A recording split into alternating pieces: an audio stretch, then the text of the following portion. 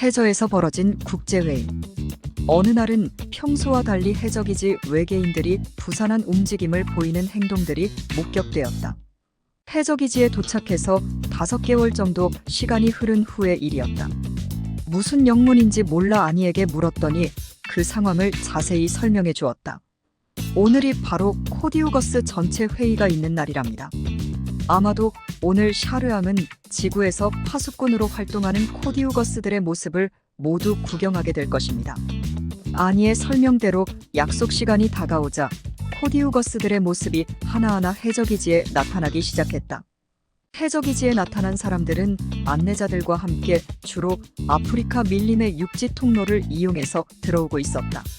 해저기지에 모인 코디우거스의 숫자는 144명이었다. 코디우거스 중에는 금강산에서 만났던 은둔자와 인도의 작은 섬에서 300년이 넘게 수행 중인 도사도 포함되어 있었다.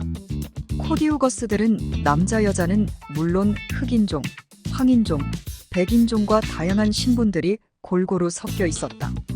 종교인, 학자, 국제기구 지도자를 비롯해서 은둔자나 일반인도 다수 포함되어 있었다.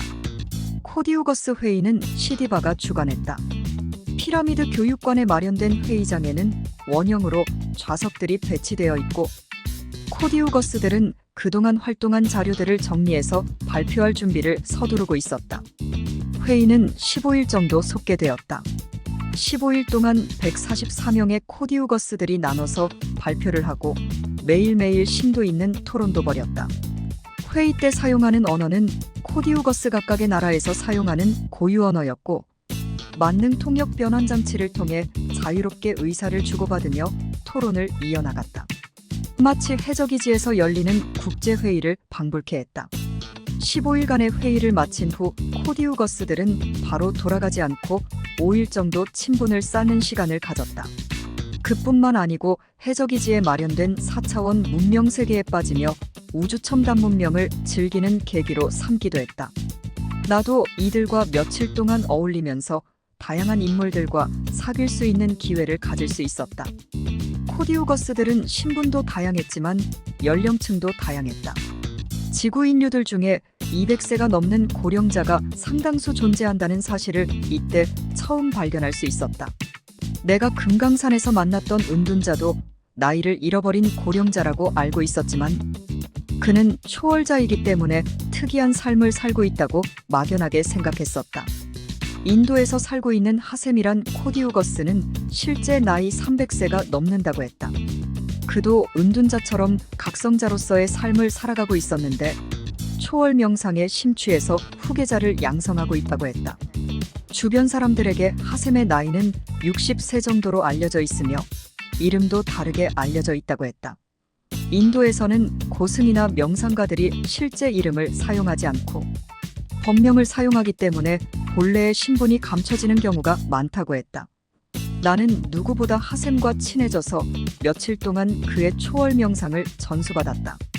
초월 명상을 통해 몸속에 숨겨져 있는 제2의 눈과 귀를 발견할 수 있었다. 곧 초월 명상가들은 또 다른 눈과 귀를 가지고 깨달음의 길을 걷고 있었다. 하셈은 헤어질 때 자신이 거처하고 있는 위치를 알려주었다. 그리고 나중에 기회가 주어지면 방문하라고 신신당부했다. 이탈리아에서 살고 있는 마리아 수녀와도 친분을 쌓을 수 있었다. 그녀는 기도로서 병을 치료하는 신유의 능력을 보유한 인물이라고 했다. 마리아 수녀는 마음속에 밝은 빛을 발견한 후 병을 치료하는 능력을 얻었다고 자신을 소개했다. 마리아 수녀는 샤르별인들이 신앙으로 숭배하는 빛의 메시아와 자신이 하느님의 신으로 믿고 있는 성령의 힘은 둘이 아니라 하나라고 믿고 있었으며 그래서 빛을 단련하는 명상에 깊이 빠져 있다고 했다. 말하자면 마리아 수녀는 성령의 사도로서 신앙심을 고취시킬 목적으로 코디우거스 운동에 동참하며 우주정신 세계를 실천하는 인물이라고 소개할 수 있었다. 마리아의 천사처럼 아름다운 용모와는 달리 그녀의 눈에서는 성령의 불같은 기운이 강력하게 발산하는 모습이 신비스럽게 느껴졌다. 이외에도 다양한 신분의 코디우거스들과 친분을 쌓고 샤르별의 존재들이 실천하는 우주정신 세계의 길을 다시 발견하는 계기로 삼을 수 있었다. 전체 회의에 참석한 코디우거스들은 회의를 마치고 대부분 돌아갔지만 몇몇은 돌아가지 않고 남아서 특수한 훈련에 임하고 있었다. 나는 돌아가지 않고 해적기지에 남아있는 코디우거스들과 더욱 친밀한 관계를 유지할 수 있어 또 다른 행복한 시간을 만들 수 있었다. 코디우거스들과 친목을 도모할 때는 항상 아니도 함께했다. 코디우거스 국제회의를 마치고 나서 시디바에게 몇 가지 질문을 던졌다. 시디바 산타르시아님, 질문이 있습니다. 말하렴 사랑하는 우주의 아들아. 코디우거스의 모임이 결성된 정확한 동기와 의미를 알고 싶습니다. 코디우거스는 지구의 파수꾼으로 지구의 종말과 후천 세계 개벽을 위하여 준비된 일꾼들이다. 후천 세계 개벽이란 무슨 뜻입니까? 지금까지의 선천 세상이 끝나고 우주의 개벽과 함께 다시 시작되는 세상을 의미한다. 즉, 우주 개벽 이전의 세상이 선천 세상이요, 그 후의 세상이 후천 세상이라 한다. 후천 세상을 맞이하는 준비위원들이 코디우거스란 뜻이군요.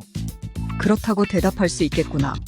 지구의 종말과 후천 세상은 필연적으로 선천 세상은 불완전한 세상이요, 후천 세상은 완전한 세상이다. 즉, 선천 세상의 모든 결점을 보완하여 완전 무결한 후천 세상이 열리게 된다. 다가오는 세상인가요? 우주 개벽은 이미 시작되었고 지구의 종말은 서서히 안개 속에서 모습을 드러내기 시작했다. 코디우거스는 그날을 준비하는 모임이다. 선천 세상의 불완전한 요인의 대표적인 현상을 말씀해 주실 수 있나요? 나이가 들수록 늙고 병들어가는 생명의 현상이 잘못된 질서요. 인간의 마음속에 서로 나쁜 감정이 대립하여 싸움을 일삼는 풍속이 잘못된 삶의 질서이다. 강한 것과 약한 것이 존재하는 양육강식의 모순과 살기 위해 사육하고 얻기 위해 투쟁하는 사회적 현상이 모두 잘못된 생존의 질서이다. 이러한 그릇된 질서에 의하여 선천 세상의 모든 비극이 싹텄으니 후천 세상에서는 이러한 모순과 비리가 모두 사라지고 눈물과 탄식을 모르는 세상으로 바뀌게 되리라.